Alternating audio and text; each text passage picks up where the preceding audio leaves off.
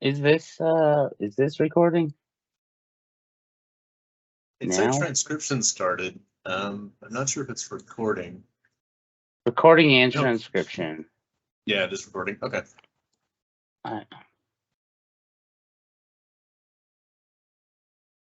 Okay, so week 9, Cybersecurity Club, breach of the week.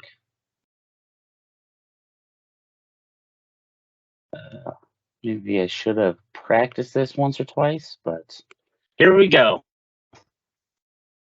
All right, so the subject this week is about 34 Russian hacker groups that stole 50 million passwords this year. All right, there's the agenda.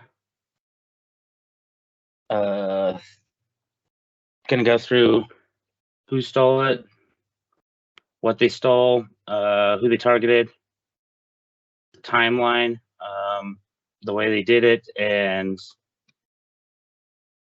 some methods to protect yourself.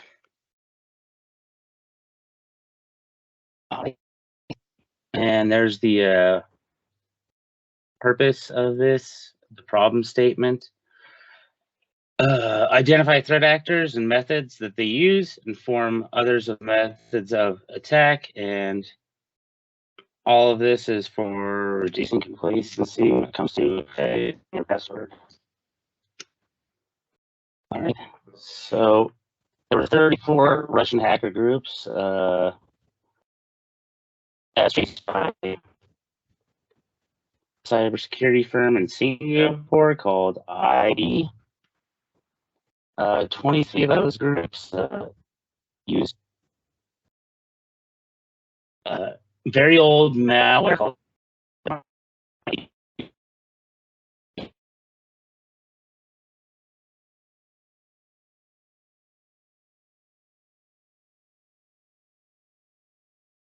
they grabbed this malware was they didn't actually write it. They ran it from other groups for as low as $150 to $200 a month.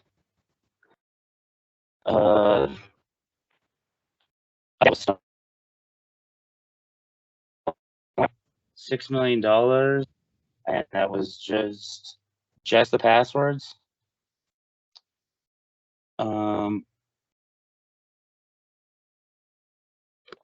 Of the 50 million passwords, it was estimated that it was under 1 million people if you account for the average user has 38.8 passwords worldwide. The way they found this was over 7 months. They were sending out telegrams and people were clicking on links and then it was infecting their systems. So here's the actual numbers. So they stole 50 million passwords, 2.1 billion cookies, the metadata from them. Crypto wallets, that's the exact number that was posted. And it says, I wrote credit cards, but it's just any type of payment card there. That's the data that was stolen. And they estimated that 16% of PayPal and 13% of Amazon passwords were, what's the word I'm looking here?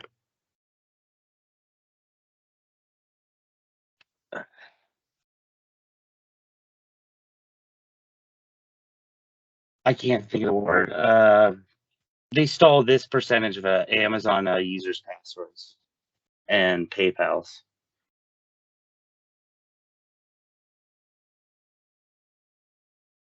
All right, and just some stats about that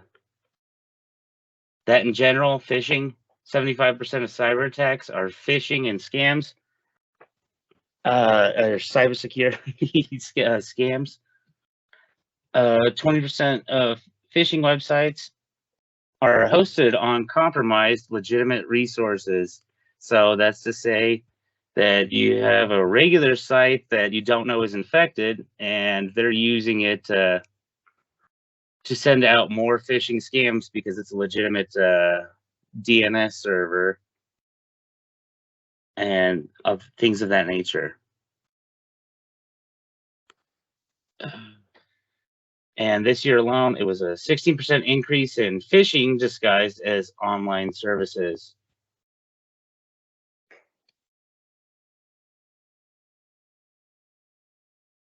So the timeline that they watched this for, like when they found it out, it was from January to June of this year. And the biggest part of the timeline was it basically takes no time to set up these phishing scams. And that's why it's extremely difficult to catch, because it only takes a short amount of time to set it up. And it's usually not the people, it's low level people that are running these. And for for the risk those people put out, they get a percentage of the materials, which makes it a low bar of entry for the skill level, which is really not required because they're more like script kiddies. All right, and these are the top 10 countries that were targeted, and that's like the amount of users that were estimated to have their data been stolen. And as you can see, it's all around the world, with the US being number one, and then followed by Brazil, India, Germany, Indonesia, and I imagine that played a prominent part in it because it was again, it was a firm that was in Dubai, Germany, and Singapore. All right, and then the biggest method is something like this, where they'll use multiples of the same type of a profile to get people to click on it, and it becomes very difficult to figure out which one is legitimate and which one isn't. Some other ways they do it is through clicking on the wrong links in YouTube reviews, social media lotteries, which for some reason people still click on, and lastly, they would data mine non-fungible tokens on websites, and all this was through embedding the links or embedding fake links inside of websites. And what they call this type of scam is scam as a service, because they're doing the service for the people that write the malware. So the actual attackers that run these operations, they stay anonymous. And most of this software is freely available on the internet.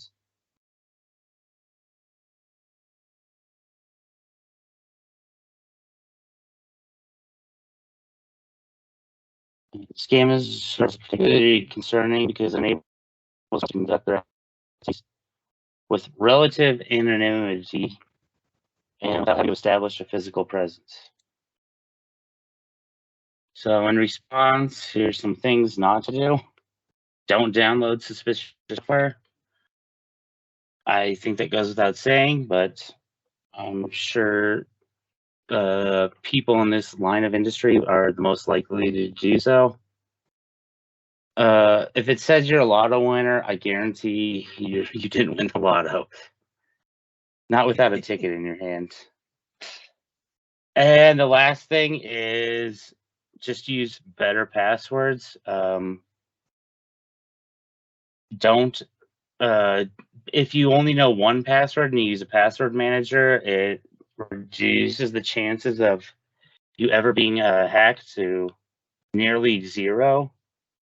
As it currently stands, at a 16 character password with uppercase, lowercase, different characters and numbers. It would take 400 trillion years to crack a single password.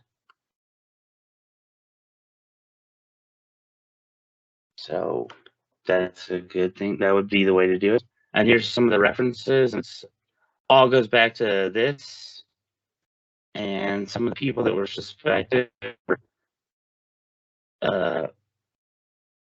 Russian state agents and the Screw Unit, which is kind of like a mixture of the FBI and NSA for Russia.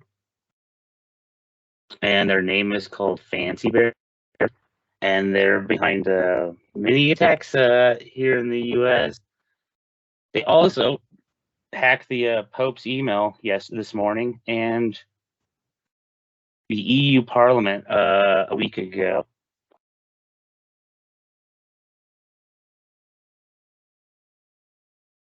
And are there any questions? I have a couple, but so is GRU or Fancy Bear associated specifically with the Redline and Raccoon malware? No, not specifically. It's just that's what was it? There's 23 groups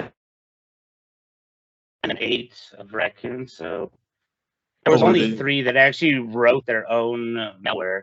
The rest of it's been around for I think 20 years, and it's just being repurposed.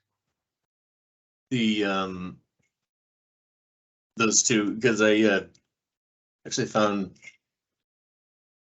a couple links. Malpedia refers to them as being essentially, like you said, like a subscription scam service. Sorry, what? Oh, so is the core software 20 years old then? Yeah, I believe so. I'd have to check my references again to stand on a hard line on that, but it's not like it just came out yesterday. I mean, this definitely fills out a part of the space that makes a lot of sense, because like the high profile targets get ransomware as a service, and like just the wide net, this makes sense to try and just get people to click links. Yeah, that was the thing about the that unit right there, is they were more whale fishing and spear fishing, and this just seemed like they were funding other groups or whatever to go and cause more chaos. Yeah, because I don't recall.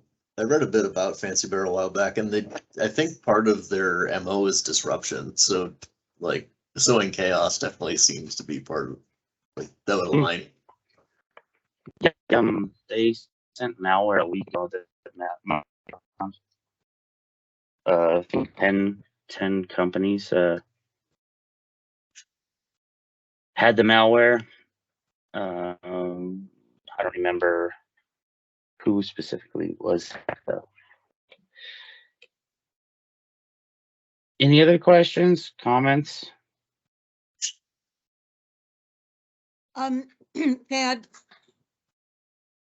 this was interesting, and clarification, when they're doing software as a service, does the platform get a percentage of the take, or is it just they get the $200 a month for renting, for people to rent it? No. So they pay the $200 a month to rent it, and then they do pay out like I think they pay like 70% of the take, and they send the rest back. And from what I read, the whole reason for that was because they were configuring basically the APIs to manipulate the malware.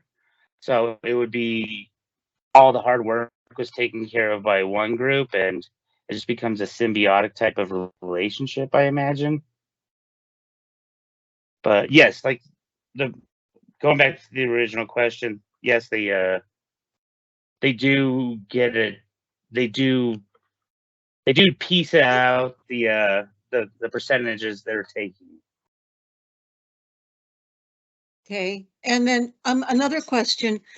When you did your research, could you, in the footnotes or something, document sources? Yeah, 'Cause they're all through there. they're mentioned It's in the slide. you mean like on? Yeah, no, they're not on screen though. That's the only thing. Okay, but they are in the PowerPoint. Yes, they're all in there. It's actually, if I just go back one, or I'll have to go 1 second. So one thing we've been doing is linking these PowerPoints in the breach of the week sign up sheet. Post Oh, okay. facto. There's Yeah. the references. Thank you. I didn't see the last page. No, it's just because I don't like looking at those long Oh, no, just URLs. Oh, no, just the fact that you had the references on there. For some reason, I missed the last page. That's all. I didn't Oh, see you present it. No, I can understand because it's they don't look like links. Yeah, well, when you're doing all open source to get this, and this is a good skill to have.